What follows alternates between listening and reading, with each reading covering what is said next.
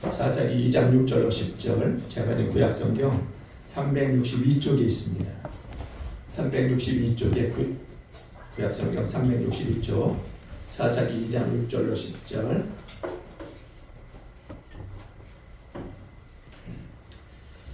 한 절씩 나누어서 교독토록 하겠습니다. 사사기 2장 6절로 10절 한 절씩 나누어 교독할게요.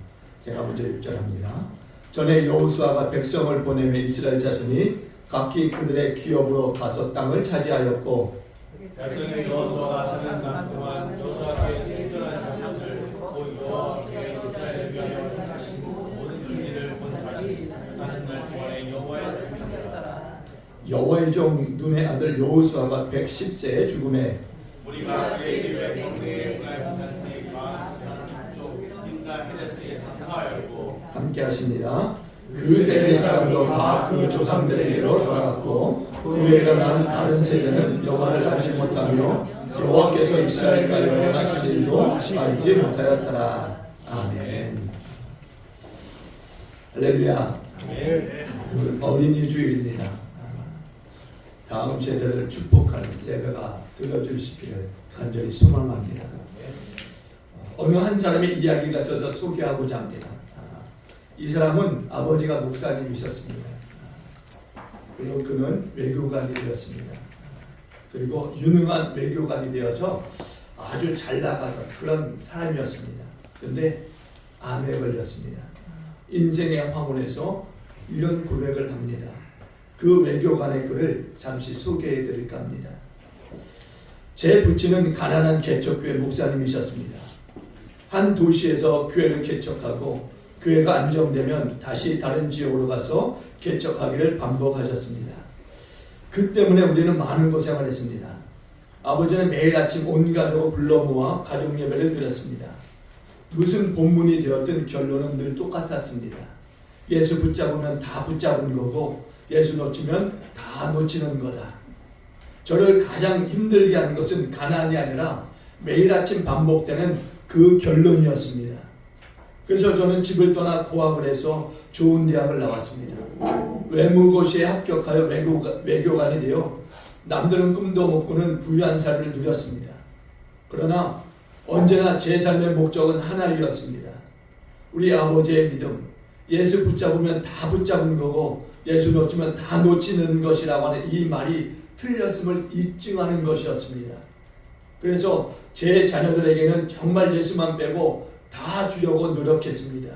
좋은 옷, 좋은 음식, 좋은 집, 좋은 교육, 좋은 직업. 마침내 우리 아이들은 성공했고 외국 대학 교수로 인정받는 삶을 살고 있습니다. 그런데 제가 이제 하나님 앞에 서야 할 입장이 되다 보니 이건 아니라는 생각이 들었습니다.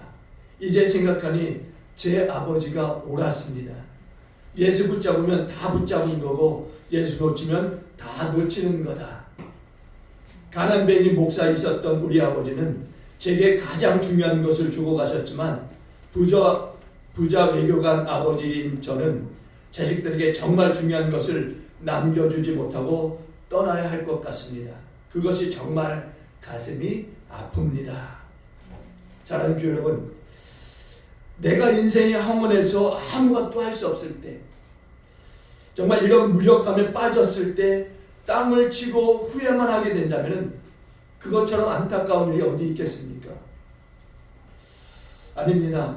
하나님이 저와 여러분이 이 땅에 보내신 것은 분명 다음 세대를 이어가게 하기 위해서 이 땅에 우리를 보내신 줄로 믿습니다. 아멘.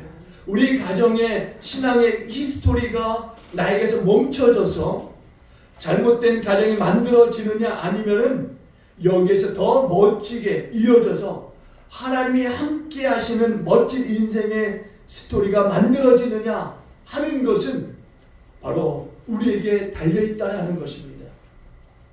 우리 부모 세대는요, 하나님께서 주신 거룩한 사명감이 있어요. 오늘 주님께서 그 멋진 가정을 만들도록 우리를 불러주신 줄로 믿습니다. 오늘 보면 사사기는 이스라엘 역사 속에서 약 400년에 걸친 가장 끔찍한 역사를 기록하고 있는 말씀이에요. 사사기는 아시는 것처럼 여호수아가 죽은 이후 시대를 기록한 말씀입니다. 이때는 왕 제도도 없었고 당연히 왕도 없었던 시대였습니다. 무슨 말이냐면은 하나님이 친히 통치하시고 친히 신정 정치로서 백성들을 이끌어 가시는, 인도하시는 것이었기 때문에 왕 제도도 필요 없었고 또한 왕이 존재할 이유도 없었습니다. 아시는 것처럼 사사기 21장 25절에 사사기의 어두운 시대를 이렇게 정리하여 끝맺음을 맺고 있습니다. 뭐라고 하느냐?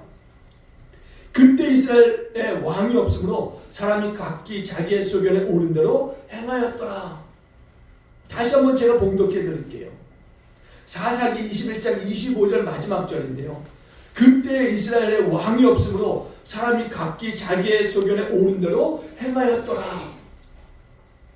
이것은 언어 유의적인 표현이라고 할 수 있는데 어떤 말이나 생각을 이끌어내게 하기 위해서 의도적인 메시지를 담고 하는 말이라는 거예요. 이스라엘에는 현실적으로 왕이 없었지만은 이것은 영적으로 그 시대를 고발하는 히브리어 특유의 언어 유의입니다.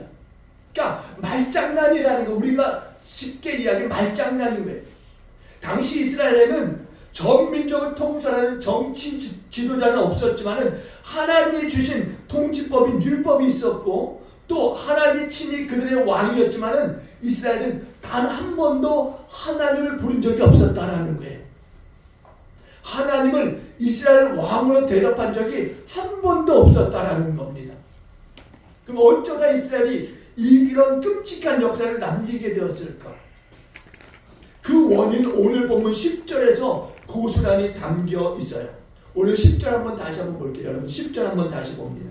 10절 한번 다 같이 볼게요. 시작. 그 세대의 사람도 다 그 조상들에게로 돌아갔고 그에 일어난 다른 세대는 여호와를 알지 못하며 여호와께서 이스라엘과 행하신 일도 알지 못하였더라. 아멘. 한번 다시 한번 볼게요. 한번 봅니다. 시작. 그 세대의 사람도 다 그 조상들에게로 돌아갔고 그에 일어난 다른 세대는 여호와를 알지 못하며 여호와께서 이스라엘과 행하신 일도 알지 못하였더라.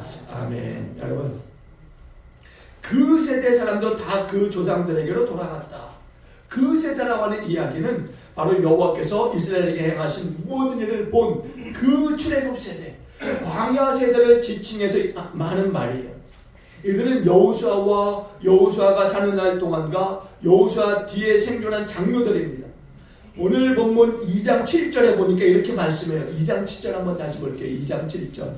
2장 7절 봅니다. 시작. 백성이 여호수아가 사는 날 동안과 여호수아 뒤에 생존한 장로들 곧 여호와께서 이스라엘을 위하여 행하신 모든 큰 일을 본 자들이 사는 날 동안에 여호와를 섬겼더라. 아멘. 여러분, 여호와께서 이스라엘을 위하여 행하신 모든 큰 일을 본 자들, 이 자들이 자연의 섭리를 따라서 조상들에게로 다 돌아갔다라고 말씀해요. 조상에게로 돌아갔다라고 하는 말은 그들이 이제 죽어 묘에 묻히게 되었다라고 하는 이야기예요. 그런데 그 다음에 문제가 생겼어요. 어떤 문제냐? 그 후에 일어난 다른 세대, 그 후에 일어난 다른 세대. 다른 세대라고 하는 이 말은 어떤 세대냐? 바로 다음 세대를 지칭하는 말이겠죠. 다음 세대. 다음 세대가 일어나지 못하고 끔찍하게도 어떤 세대? 다른 세대가 일어났다. 다른 세대. 근데 그 다른 세대의 특징을 두 가지로 표현합니다. 7절에 보니까 한 가지는 여호와를 알지 못했다라는, 여호와를 알지 못했다. 그리고 그 다음에 보니까 여호와께서 이스라엘에 행하신 일도 알지 못하였다. 이렇게 말씀합니다. 첫째는 여호와를 알지 못했고 두 번째는 여호와께서 이스라엘에 행하신 그 일도 알지 못하였다. 이렇게 말씀해요. 다른 세대의 특징은 바로 이거예요.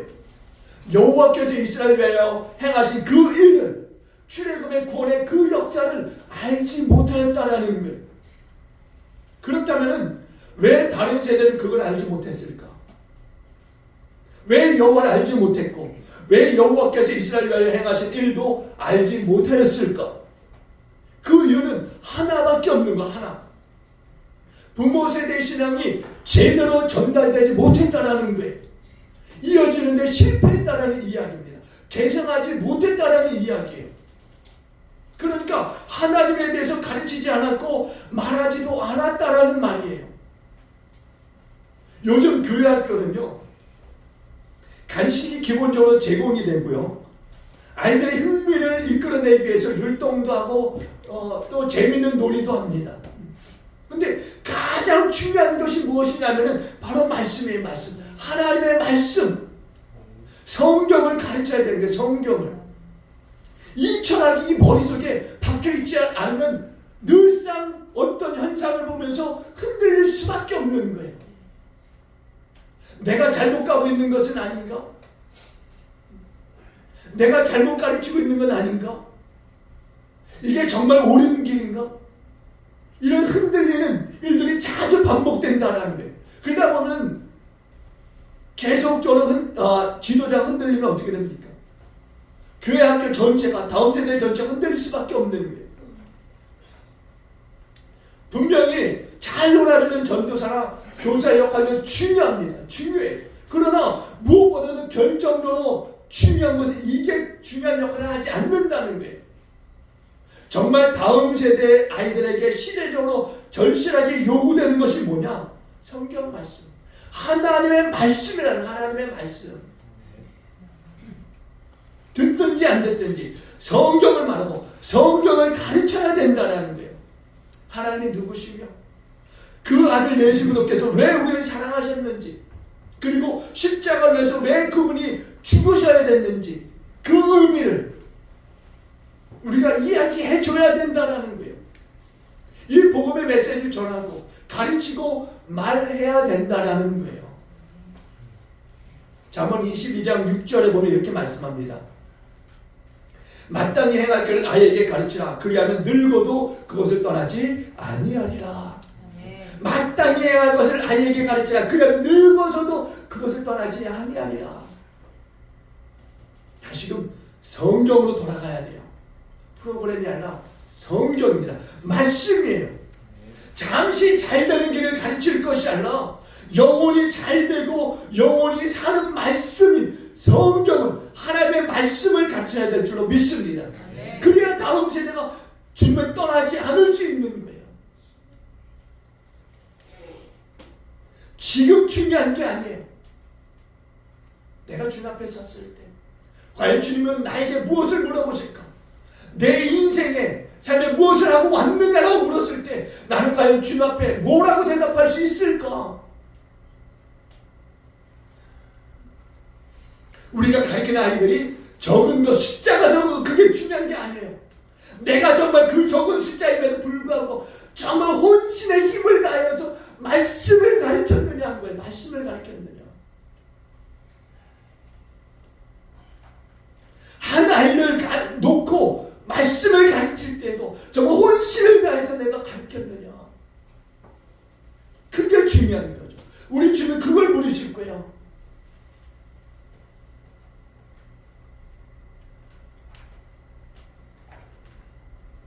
우리의 사명은 이건 거예요. 우리가 다시금 성경으로 말씀으로 돌아가는 것.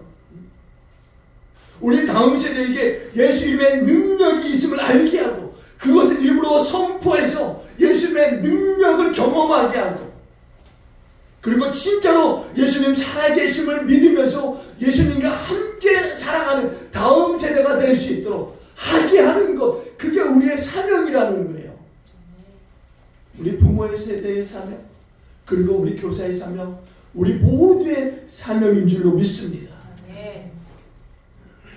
우리나라 기독교 교육 분야에 있어서요, 최고라고 할 수 있는 분이 계시는데요. 이분이 이런 말씀을 하세요.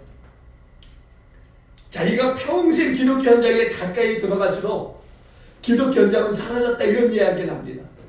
자기가 뭔가 기독교 현장에 들어가서 뭔가 좀 하려고 했는데 그 현장이 사라지더라는 거예요. 이게 무슨 말이냐면요, 너무나 기독교 교육 방법론적인 것만 했다라는 이야기예요. 그러니까 현장을 무시하고 방법론적인 이야기들만 계속 했다라는 이야기인 거예요.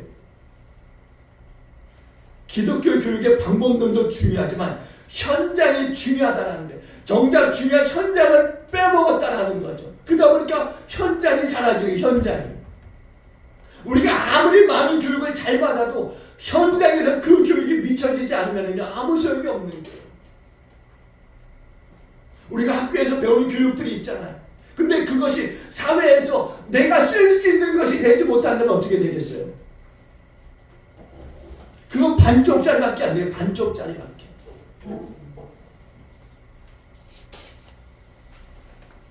이분이 하고 싶었던 이야기가 그런 거죠. 아이들에게 예수를 말하고 성경을 가르치고 하나님이 누군지를 말해야 된다라고 하는 거. 그걸 정말 말하고 싶었던 거예요. 이것을 알지 못하는 세대는 오늘 성경 보면 2장 10절에서는 다른 세대라고 고발하고 있는 다른 세대. 사사기 2장 10절의 말씀은요, 교회 존립 자체를 말씀하고 있는 거예요. 교회의 존재 자체를. 다음 세대가 준비되지 않으면요, 교회는 흔들릴 수밖에 없고요. 교회가 흔들리다 보면은 자연스럽게 문을 닫는 그런 시간이 오게 된다는 거예요. 우리가 정말 끊임없이 고민하고 기도해야 될 줄로 믿습니다. 어떻게 이 말씀을 계승할 것인가? 어떻게 다음 세대들에게 이 유산, 이 말씀의 유산을, 하나님의 이 말씀의 유산을 물려줄 수 있을까? 이걸 우리가 늘 고민하고 기도해야 될 줄로 믿습니다. 이게 우리의 가정이 잘 되고 교회가 잘 되는 길이에요. 하나님의 살아계심의 이 믿음이 다음 세대에게까지 흘러가게 하는 것. 그게 저와 여러분이 잘 되는 길입니다. 여러분, 우리의 삶이 중요한 것이 있다면요, 하나님의 말씀, 여러분이 가진 믿음이 계승돼야 돼요. 흘러가야 될 줄로 믿습니다. 아이들은요, 자꾸 세상적인 성공이라든가 어떤 좋은 대학에 들어가느냐, 아니면 어떤 그 좋은 직장에 들어가느냐, 뭐 이런 인간적인 그런 성공들을 굉장히 꿈을 꿔요. 부모들도 이런 것들이 계승돼야 된다라고만 생각합니다. 좋은 학교, 좋은 직장, 좋은 일이에요. 근데 아무리 좋은 학교에 들어가고 아무리 좋은 직장에 들어가도 그 안에 믿음이 없다라고 한다면 여러분의 그 신앙의 히스토리가 그 아이들에게 전승되지 않는다면 거기에 앞서 제가 말씀드린 30부분의 그 한 사람, 자신의 인생에서 후회할 수밖에 없었던 그 시점에 그 한 사람, 그 계승되지 못한 집의 이야기들이 그대로 저와 여러분의 삶에 이어질 거라는 거예요. 여호와를 계승하지 못한 다른 세대를 보면 11절에는 이렇게 이야기합니다. 11절에 보니까 이렇게 말씀해요. 이스라엘 자손이 여호와의 목전에 악을 행하여 바알들을 섬기며, 여호와의 목전에 악을 행하고 바알들을 섬겼다라고 하는 것은 여호와를 버렸다는 거예요. 여호와를 버렸다는 거예요. 여기서 여호와를 버렸다고 하는 것이 어떤 말인지 아십니까? 여러분, 자신들의 종교를 버렸다고 하는 게 아니에요. 자기 조상들이 알던 그 여호와를 버렸다라고 하는 말인 거죠. 하나님은 이스라엘을 애굽에서 인도하여 내시고 이제는 너희는 내 것이다 이렇게 말씀하셨어요. 왜냐하면 이스라엘이 애굽에서 나오게 된 배경을 보면 어린 양의 희생의 제사가 있었기 때문입니다. 어린 양의 희생으로 살아난 이 사람들이요, 이스라엘이기 때문에 이제는 너희는 내 것이다 이렇게 하나님 말씀하셨던 거예요. 그렇다면 여호와의 행하신 일을 아는 세대의 사람들은요, 하나님에 대해서 어떤 생각을 가지고 살아갔느냐, 그래 나는 여호와의 것이야 라고 하는 믿음과 생각을 가지고 살아갔던 거예요. 홍해를 건너게 하시고 요단강을 건너게 하시고 가나안에 들어가게 하신 모든 것이 다 하나님이셨다, 이걸 인정하며 살아가는 세대들이 바로 이 여호와의 행하신 일을 아는 세대였던 거죠. 그래서 그들은 나는 여호와의 것이다 라고 하는 고백이 있었어요. 이게 바로 저와 여러분의 사고방식이어야 된다는 거예요. 그런데 다른 세대들은 어떠냐? 자신들이 가나안 땅을 밟고 살아가고 있는 그 근거, 그걸 잊어버린 거예요. 여호와께서 조상들에게 약속하신 그 땅에 발을 붙이고 살아가고 있으면서도 하나님의 그 하신 일, 우리 조상들 가운데서 행하신 그 하나님의 그 일들을 잊어버리고 살아가고 있었던 거죠. 사랑하는 교회 여러분, 말씀을 맺겠습니다. 우리가 보여줘야 될 줄로 믿습니다. 우리가 보여줘야 돼요. 하나님이 살아계시다고 하는 것을요, 여러분의 삶을 통해서 나타내 보여줘야 돼요. 다음 세대들이 정말 우리 하나님 살아계시구나, 우리 부모 세대를 보고서요 알아야 돼요. 우리 부모 세대가 체험이 없으니까 다음 세대가 우리 부모를 봤을 때 긴가민가 하는 거예요. 긴가민가. 그러니까 다음 세대가 하나님에 대한 확신이 없으니까 늘상 이리저리 헤매는 거죠. 여러분이 만난 하나님에 대해서 다음 세대에게 분명하게 보여줄 수 있는 그런 부모 세대가 돼야 돼요. 저는 기도합니다. 우리 아이들이 알지 모르지만 저는 늘상 기도해요. 꿈에라도 하나님 만날 수 있게 해달라고. 내가 만나는 하나님이 계시지만 늘상 꿈에도 하나님 만나주셔서 나의 증거가 되게 하신 하나님을 늘상 말할 수 있게 해달라고. 여러분들 그렇게 기도하실 수 있길 바랍니다. 꿈에라도 만난 그 하나님, 그 하나님은 나의 자녀에게, 이 다음 세대에게 말해줄 수 있는 부모 세대. 그러면 우리 다음 세대는 그 이야기를 들었을 때 우리 하나님에 대해서 어떻게 생각할까?